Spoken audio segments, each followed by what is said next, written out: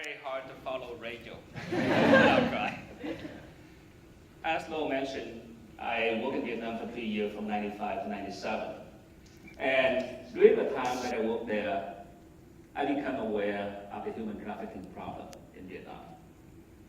Since living in Vietnam for the past 10 and 15 years, I and my family have been supporting an organization called Pacific Link, which is an NGO organization dedicated to combat human trafficking in Vietnam.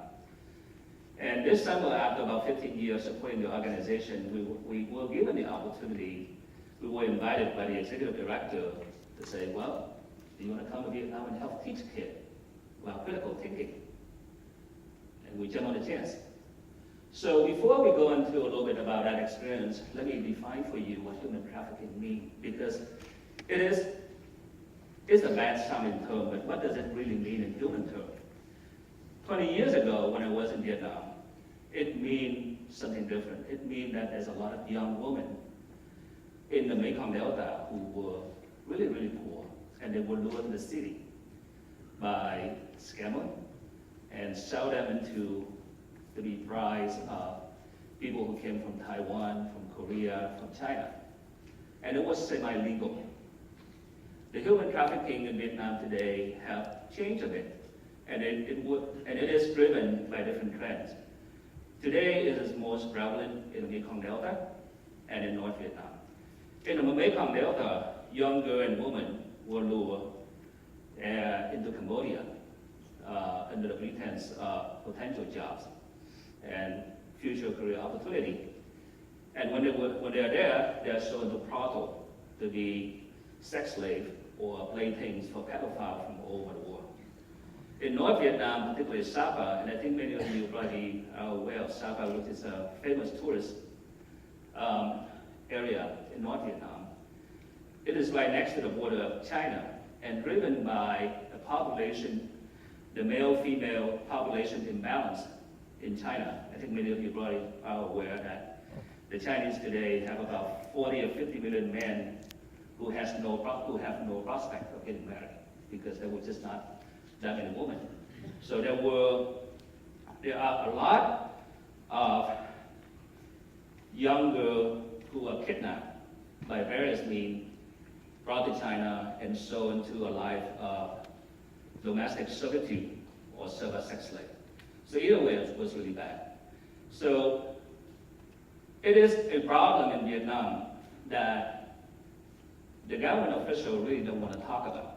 Yes, they kind of cooperate with NGO abroad like Pacific Link to try to help combat it. But it's kind of like this hidden shame that the people really didn't want to talk about. I mean, much like what Rachel was talking about, there are certain things people don't want to talk about. So what is the statistic for this problem? Accurate number doesn't exist.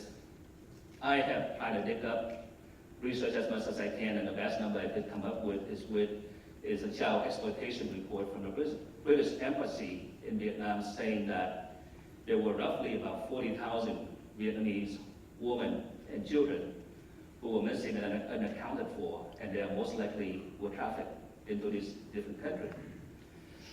So how do we combat this problem? The government tried, but they can only arrested so many traffickers. And the trafficker, surprisingly enough, could be someone very close to you. Many young women in the Mekong Delta could simply be sold by their parents who were desperately poor. They just don't want to have another mouth to feed, and they're willing to give us the first chance that someone will come at them and say, hey, I'm giving your daughter an opportunity for a great job, great career in Cambodia. Would you take it? Yes, sure, of course. Just give me the money and it's yours.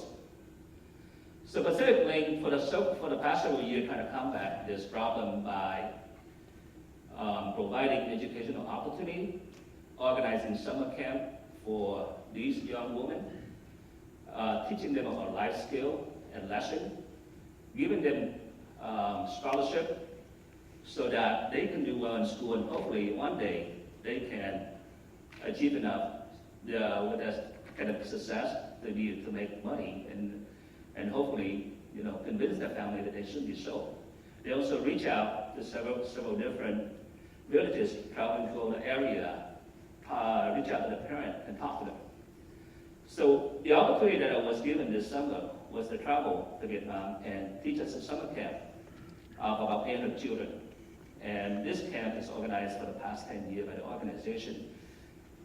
And I was asked to come to teach them about critical thinking. Well, critical thinking, what does it mean to a young girl of 13 and 14 who is raised in a Confucian culture where they were taught since birth that you're here, you listen to older people, listening without question, and don't challenge authority. And I find the experience really to me is both very revealing. I was able to teach a class of about 20 young girls and boys of 13, 14. And basically all I was doing is really asking them, okay, if someone come and give you an assertion, how do you evaluate it? Do you know how to ask questions? Do you know how to phrase the question to challenge the underpinning assumption and basis of the assertion? How do you go about finding data to substantiate, to validate that what they're saying is right and good for you? And this kid, for the first time in their life, have someone to tell them, yeah, you can think, you can ask questions, you can challenge an assumption, and they jump at the chance. I look at these children, and by the way they participate, and by the way their eagerness, their enthusiasm in asking questions, really become very hugely emotional because they reminded me of myself, so much of myself. 40 years ago, as a young poor boy, with nothing, tattered clothes, and basically that tired from a day, going home and just wishing to have a chance to learn something with the unquenchable thirst of knowledge that someday, hopefully, I have a chance to better my life. And this kids are exactly that. They are dying for guidance, for education, for someone to point them in the way. So that was extremely emotionally fulfilling. At the same time, in the afternoon of that same day, I was asked to give the same lecture, the same class, to a group of their teachers. And these are teachers of high school children throughout the Mekong Delta. They range in age from the late 20s to the mid 30s. And the reaction in the class that I teach, the teacher, are entirely different. They received it somewhat, the reception is somewhat lukewarm, or let's just say, somewhat, certainly the reaction by reading people's faces and body language. I kind of get the message that, hey, I'm 30 years old. Why are you telling me this? I know how to think for myself. And then some other people's body language were telling me, are you asking me to risk my life? I have to listen to the party. And if I were to teach this, how are my students going to respect me? You're going to ask me to teach my children to question my wisdom, my authority. And so there is a complex psychological underpinning of power that I can see from the reaction of the teacher that, this is not that simple and not easy to convince people that there is a better way of doing things, because there is risk, there is threat to the basis of what their power is in that same society. Nevertheless, after the end of the day that I was able to do this, I felt that was incredibly fulfilling and at the same time extremely educational. I came to teach and I came away being a student, because for the first time in my life, in about 40 years, I got to be a student again and really see that, when you give, you actually get back a lot more. I didn't anticipate that I would get back so much more with the satisfaction of teaching this kid. But the enthusiasm just gave me confidence that there is future, there's hope in and even in some of its most desperate places. Thank you.